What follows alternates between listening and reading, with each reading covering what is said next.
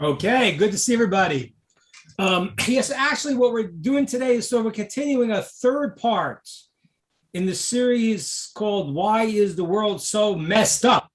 And What Can I Do About It? We've done two sessions so far. And in the first one, I kind of described the root traits that cause the problem, which the two extremes are people who are unbridled desire people and power people. We talked about last time from the time of Abraham and the nations of the world that came out from there, because till Abraham, we talked about there was a period of time where God said, anyone could find me. There was no Jewish nation per se. The system was whoever finds God, God's available. That was a 2,000-year time limit. Nobody did it. Abraham did it. And then Abraham changes the dynamic. And the nations that come out from there, we have the Jewish nation, and we talked about last time. And then you have the Esav, who is the father of Rome, which eventually became Christianity. And you have Yishmael, who is the father of the Arab nation, who eventually became Islam. And we talked about how those two kind of are like the head of the 70 original nations, and they also fit into one of these two problems, either being, pushed towards lack of boundaries, or one who is, because of a desire and wanting, to come close and this and that, or the opposite of people that want power and control. And and even the nations take a look and see where they fit. But now we're getting up to today. So Tar, what you asked me before, we're kind of getting there, because the world may have gone to new levels of insanity that I don't know. They're new levels. There really are new levels of insanity that I think in a lot of ways, it's hard to say worse or better than the terrible generations of Sodom and Gomorrah. It's hard to say worse or better, because, as I said to you last time, society became, at a certain point, much more cultured, cultured. I mean, the Nazis were very cultured people. They had their music and the things and that everything. They actually, as I said, they outlawed before they started exterminating Jews and plus other people they exterminated. Before they did that, they outlawed the Jewish law of how to kill the animal, prepare it for eating, in which is really the least painful way, but it was called cruel. So the world became cultured, but a culture is a veneer. I'm very polite. Okay, but what's going on? So the world, in one sense, has become more cultured, but because the world has become, in a certain way, really stupider, the things that people think now are very, very problematic. So I want to get us to what's going on today. So, the time of what's called the Reformation, the Renaissance, religions, as I said before, people had religions and they had their problems and they had their beliefs and all these different things. But then as society decided to enshrine an idea of atheism, and there was no longer maybe an idea of, well, I believe this is what I'm supposed to do. You believe this is what you're supposed to do. How do we get along? Now I have a new belief that sort of atheism has propagated. I mentioned Darwin. Darwin, whether he was an atheist or not, it's irrelevant. Darwin, as I quoted one time, his friend Aldous Huxley said he gave atheists an excuse to explain it, because I couldn't explain it before. How'd the world get here? Okay, so now I have some way to, it's an evolutionary fact, it's whatever. However, it's not a class in evolution. We can do that sometime. But whatever you say about whatever the story is, it was now, if you didn't want to believe in God, or there was a source, or there was a purpose in the world of some sort, then now you have maybe a way to explain it away. It's a random thing. Let's talk about a second. What is the conclusion if the world is random? Don't answer that. Think about it a second. Let's say you get up in the morning and you subscribe to this belief that everything is random. And it's really meaningless. A guy can walk out, in the street, a safe can fall from the 15th floor, turn him into a pancake, and it really doesn't make a difference because there's no right or wrong, there's no good or bad, it's all random. That world is a crazy world. I don't know that the depth of understanding how crazy that is. We're talking about a world that evolves now and becomes more and more bizarre, but think about it. I subscribe to a belief. There is a omnipotent, beneficent creator of all that has created the world to give me and everyone in it good, and he directs and controls that world for the purpose of giving good. I mean, if that paints your world, my life is purposeful. I'm going something good because the whole purpose was for something good.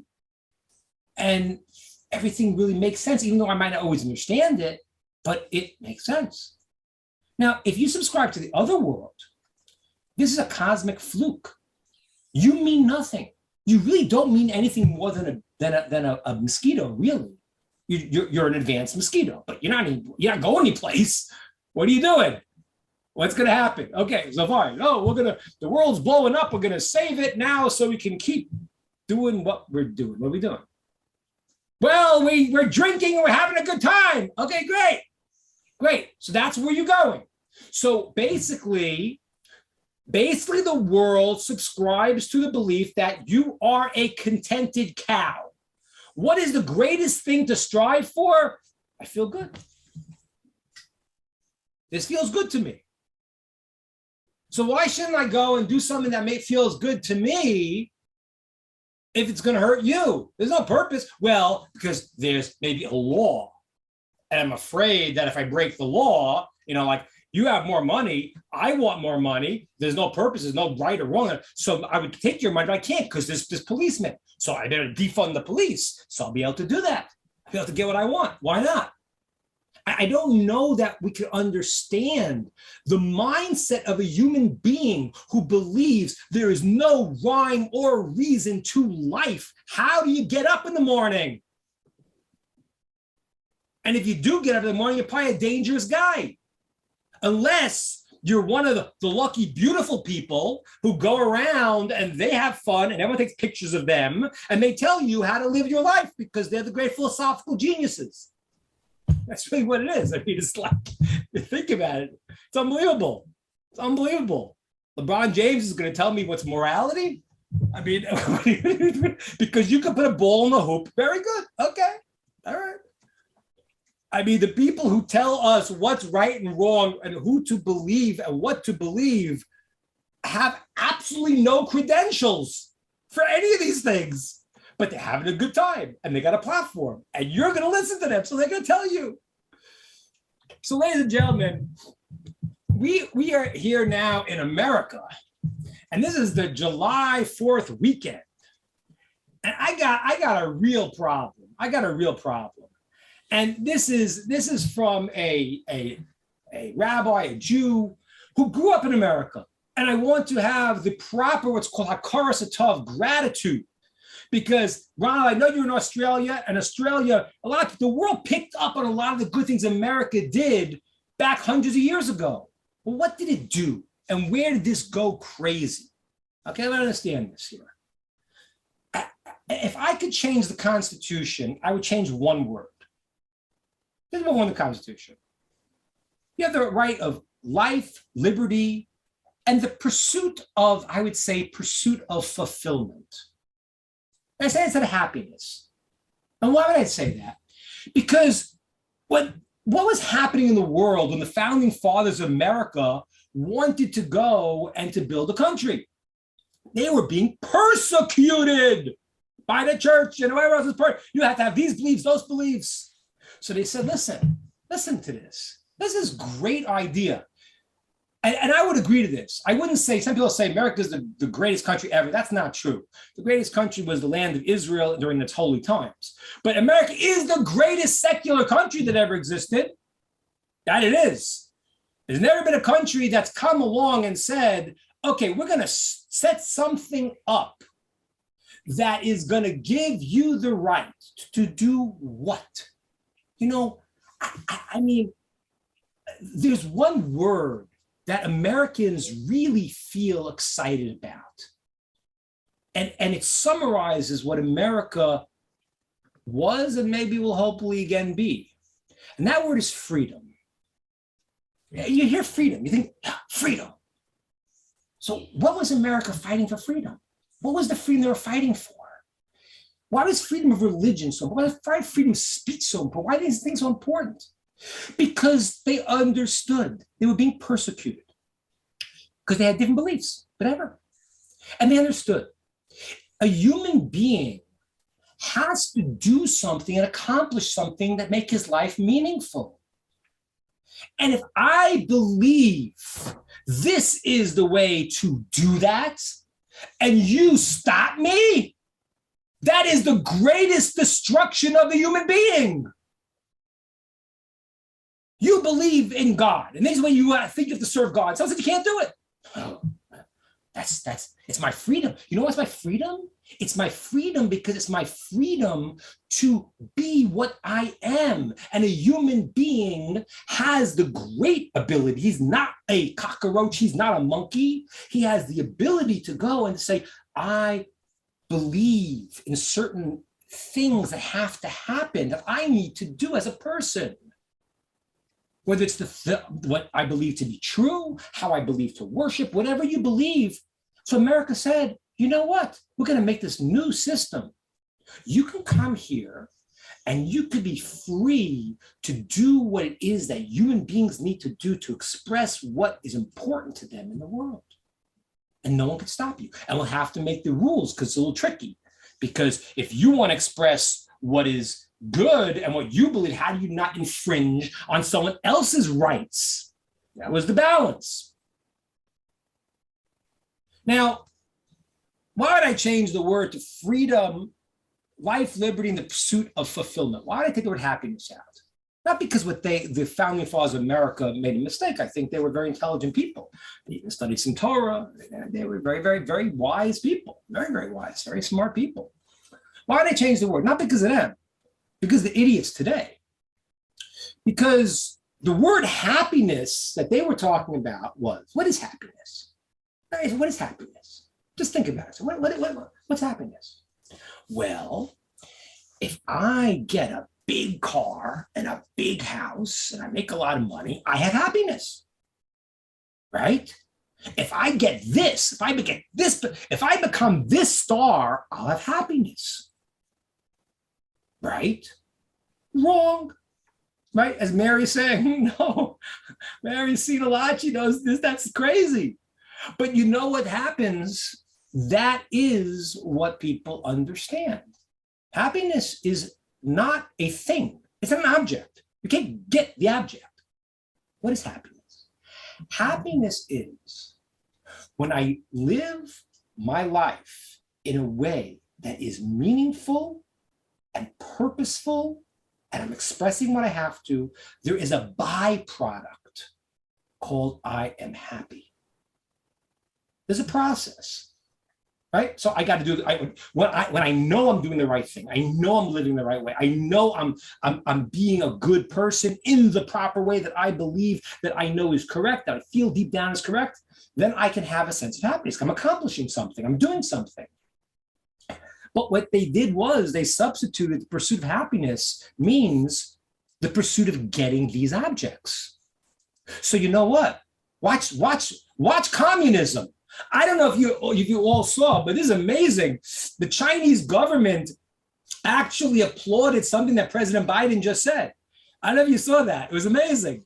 President Biden had said about like the gas companies need to lower their prices. The Chinese government said, finally you got it.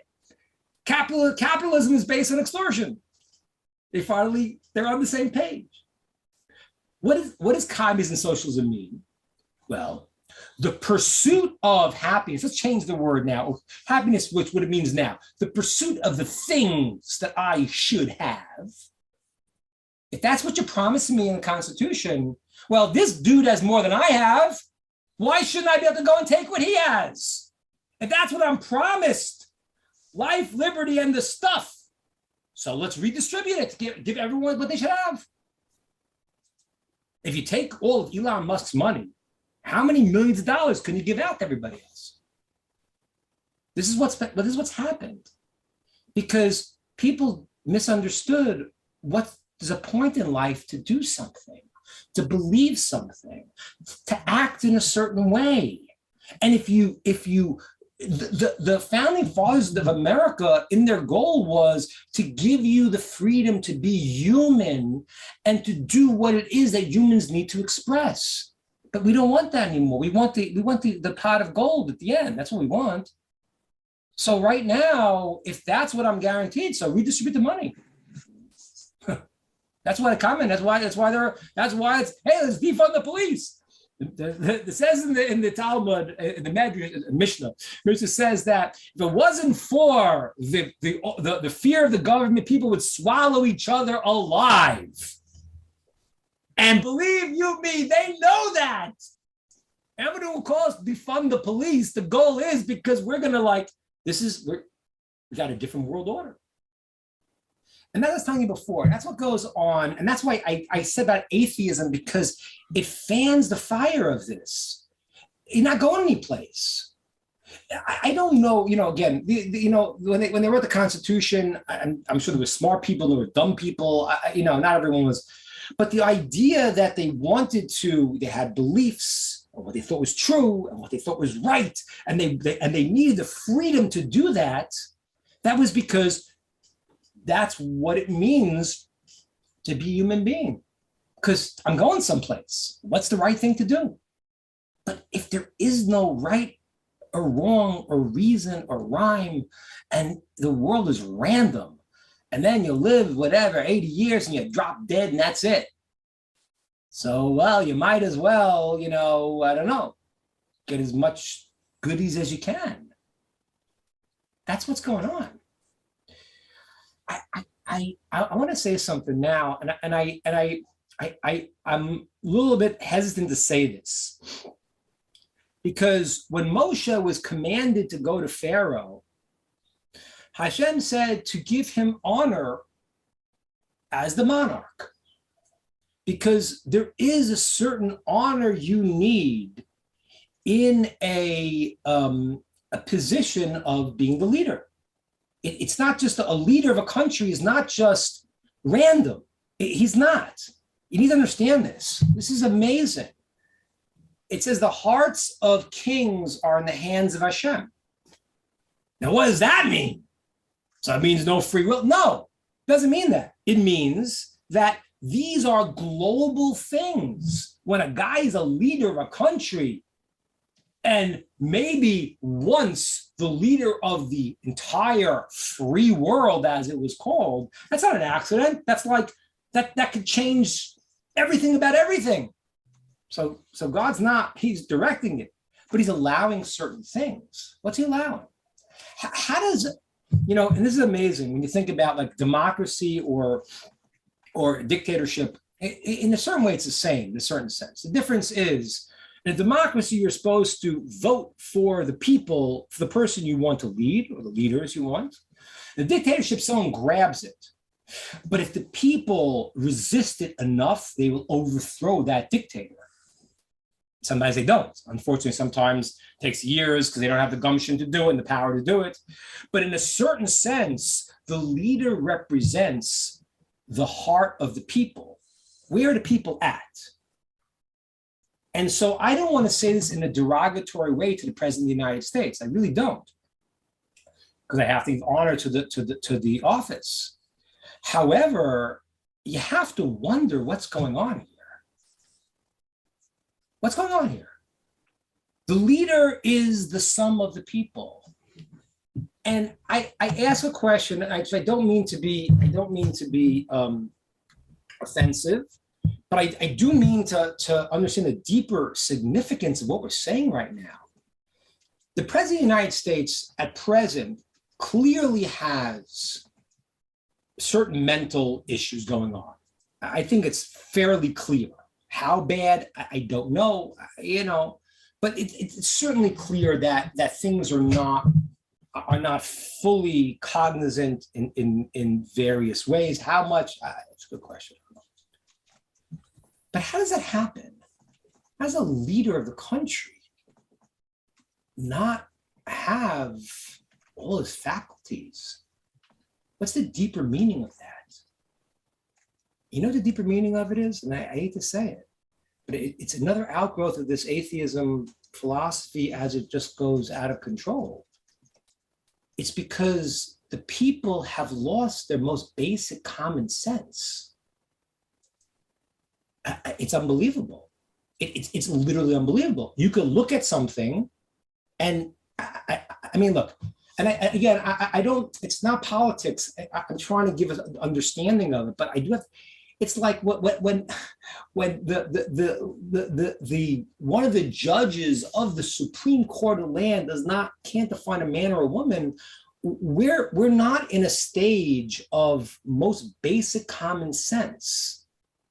America has, not all of America, but a large portion of America has lost their most basic common sense, the things that are, and I want to tell you something, if you think I'm crazy because I'm saying it, which I know you don't because you're here on this call, but you're crazy because I'm saying it, the craziest thing is 5 years ago, nobody would have said it. The same people who are telling you today that you need an open border, men or women, women or men, 5-10 years ago, they weren't saying that. Nobody was saying it. So how are they so sure they're right today when 5 years ago that was insanity? So we have gotten to a place, and this is where I want you to understand this. We've gotten to the world where once you take God out of the picture, there's no rhyme, there's no reason, there's no up, there's no down, there's no good, there's no bad. You create insanity. You create literally dysphoria. You don't know what you are. You know, one of the most fundamental aspects of a human being, and I talked about this once before, Descartes wrote, many volumes to explain, how do I know I exist? I don't exist. And he came up with his solution, I think, therefore I am. Okay, people argue with it, that's right. But there's an old question, do I know I exist? There was like a story, I think there was a guy in, how did it go in? This kid went to college and he came back and his father said, what'd you learn? He said to him, I forgot I got the joke for you, but basically the line was the kid said, I learned I don't know if I exist, and the father smacked in his face. Now tell me I didn't smack you. So what it was that there's a certain philosophy that you're making that deep down intrinsically, you all know you exist. In Torah, it's called the das. It's called the most fundamental, basic aspect of the human being that I know it to be true. You want to write 1,000 pages to prove I exist? Okay, great. Maybe read, maybe not read it. But if you don't know you exist, you got a problem. You do know you exist because it's the most fundamental aspect of being a human being. I know. I just know. So when a person says now, I don't know if I'm male, if I'm female, if I'm this, if I'm that, the most basic understanding of human common sense of logic has escaped many of the American people. And that's the reason why a leader could be put in that's a rubber stamp for an agenda. That's what's happening. Because I don't know, just point me, what's the right thing to say? And ladies and gentlemen, this is where, we talked about before, why the world went so nuts. So here today, I'm tying it to the idea of taking God out of the picture. And then there's this dysphoria and anarchy. Anarchy, what America is facing anarchy right now. But I'm explaining to you why. because it's no longer a place where I'm saying freedom to strive for what I think is true. That's not what it is. Freedom to get what I want. And give me that, give me yours is coming next, because that's what it's about. That's the problem. Now, I got one more piece, and then we're going to try to get to some of the solution. And the second piece I have, this is honestly, I hate to say it, it's even more problematic. Because a lot of people who have common sense, and you could talk to and might hear, are experiencing something that has never happened on this level before in history. You have a thing of massive brainwashing. It's massive. It's literally, I mean, I can't think of a clearer massive brainwashing. If you say your opinion, that's it. We can destroy you. In Torah law, there are serious offenses to say something negative about somebody. But today, if I think your opinion is wrong, I can vilify you, destroy you, call you a Nazi, call you whatever I want, and everyone in the crowd is going to just jump on the bandwagon. And that's a massive brainwashing we've never seen before with social media. And this is where the danger comes in. Because the kids who don't know any better are being brainwashed constantly. I do not know what I would have thought growing up as a kid watching television. You know, when I was a kid, it's like, you know, the racy stuff was the Brady Bunch, you know? Like, it was like, you know, oh no, I Love Lucy. What trouble did Lucy get into now? You put on the TV today, and a kid watches something and says, is this reality? Is this right? Is this wrong? And you're inundated with a brainwashing that even Mickey Mouse is now supposed to brainwash you to believe this dysphoria of reality. This is, ladies and gentlemen, as I start this series, and I want to get to the beauty of America, because it is the 4th of July, and America is a great country, and we need to save the country. We need to save the country. Now, I'll get to that in a second, but this is the process here. We have gone from a time of 2,000 years in the beginning, where God said, anyone could find me. People, their desires took them all crazy ways. They went where they went. Abraham, then we have this new stage. And then people are Abraham is given a system of truth, and people are changing the truth and having their own truths with their problems. Third stage that we're in now is that there's no longer a place of truth. There is no truth. The founding fathers of America never thought that. They thought everyone is going to stay for, I believe in this.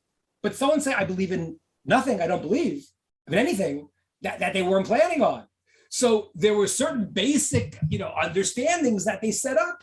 And now all of a sudden the world is, what do you mean? Nothing, there's nothing. There's no up, down, or either male, female, there's nothing. It's all random. That's the new world. And this is a really serious problem. So what can we say positive on 4th of July weekend here for you all? And this is what I always want to come back to. Even though I've painted this picture, you have to remember, the world is going to a process. It cannot be derailed. That's not possible. Hashem set the world up, there's a process. We have a 6,000-year process of a limit of where it's going to go until we come to the new phase of understanding and reality. And this last phase only has maximum 180 years. So, again, it's a long time, but the world is getting towards a point of understanding. And as we get close to that point of understanding, as it says, that one opinion is that before Mashiach comes, the people will be completely insane. They'll all be crazy. They won't have sense. And literally, we're seeing that in front of our eyes. What can we do? Well, first thing is to understand that Hashem is running the world. So don't get too discouraged from what I'm telling you, because I just need to point it out. The great country that was built on freedom became now freedom to give me what I got to get because you owe it to me. Rather have the government control and give it out than have freedom to do what I believe is true. That was never what America was built on. So we got to understand that's a massive culture thing, but Hashem is running the world. One. Two, what we have to do is, wherever country you're in, I mean, people in different countries, but this is a global thing here because the world has changed. It became the idea to become this global village. It has happened, and it will keep happening. And so, everyone is adopting the same mindsets that are being created in this bubble. Ladies and gentlemen, what you got to do now is you got to try to take back your countries. You really have to. Now, you might not be able to. You might be able to do it by yourself. But you have to try to educate your kids and your grandkids, and how to guard them from that smartphone and everything. I don't know. In Israel, the rabbis are very strict, and most people in the more observant world don't have a smartphone because you just have an open up box to everything. So I don't know how you control that. I mean, parents should get as many filters as they can and try to teach their kids how to communicate and what not to say. And to understand, like the values that come out are completely contrary. Like one time a student of mine said to me, Rabbi, say something on Facebook, I want you to. So I said an opinion on something that it was a bit controversial, but I knew people were seeing it not correctly, and I wanted to straighten it out. So I said it in a very respectful way. And then, people all of a sudden who would never talk to me as I'm the rabbi, wouldn't talk to me in my face, they felt very free on Facebook to just you know why? Because it's a vehicle of what's called Lashon Hara. That's what it is. It's a vehicle of slander. It's a vehicle of Lashon Hara. So you got to teach your kids and your friends and people you can influence not to see the world this way. So what's happening right now is, why is the world crazy? Because it's gone in this whole process, and now it's in the process of meaninglessness. And that's why it's getting so nutty tar. You want to know why it's getting out of control? Because there's no meaning to anything. It's all random. And so people are just creating havoc. That's something right now that we have to first pray, ask Hashem to help us, especially in our countries, especially as Noachites. Why? Because you don't want to get swept up into other people's insanities. So we have a responsibility to influence, to try. We can, but especially, we saw the story of Sodom. There weren't enough people there. Well, yes, in Abraham's prayer to God during the time of Sodom, if there'd been 10 righteous people, they would have saved the whole town. And if there were a few righteous, they got saved. So what got saved? Abraham's merit, okay. But there has to be the goodness there in the nation, and there's a lot of it still in America. That's why we're doing this, because I think there's a credible ability now in the world, not just America, in the world, Canada, every place, Australia, there is, and this will happen. I guarantee you it will happen. There will be a point where people will understand, and the negative people who refuse to understand will fade away, and those who understand will continue and thrive in the ultimate revelations of the world, times of Mashiach and what's coming, and things that we are promised to happen. But right now we're in the battle. So you have to know God's directing it. Don't get discouraged. And two, do everything that you can to speak up, because you're speaking up not just as a political person. Every political group has their own, I hate to say it, their own idiots. I hear some people talking on both sides. I'm like, really? That's what you believe? That's what you think? not really thinking, but you're a lifetime politician. So you say the words, okay? And there are smart people too who do hear some stuff, and it's important to go and to let your voice be heard. What's going on of shutting people down who disagree, the disinformation, the 1984 disinformation committee. I mean, it's unbelievable. I know one thing: when someone lies all the time, they tell me someone else is a liar, I'm not going to believe that guy either. The second guy, I know the first guy. So we have to understand that now, and not let ourselves get shut down, not as an agenda, because I need to stay there. No, because God wants you to do what is right. And when someone says something to you that's wrong, and you just kind of agree with it, you're letting negativity flourish because you're not disagreeing. Do it in a respectful way. But no, this is wrong. Oh, can you this and you that? You think you're so smart? Okay, great. Let's see you saying 5 years from now, and the whole thing falls apart. So that's my thought, and that is how I tie together the last of the world getting to where it is now, Tar. That's why it's as nutty as it is. We got to go and try to, to stand up. But it was an old Bob Dylan song, I think, called "God on Our Side." So you're on the side of right. When you're on the side of right, you'll eventually win. Just stick with it. Okay, that is my thought. We're opening it up to everybody.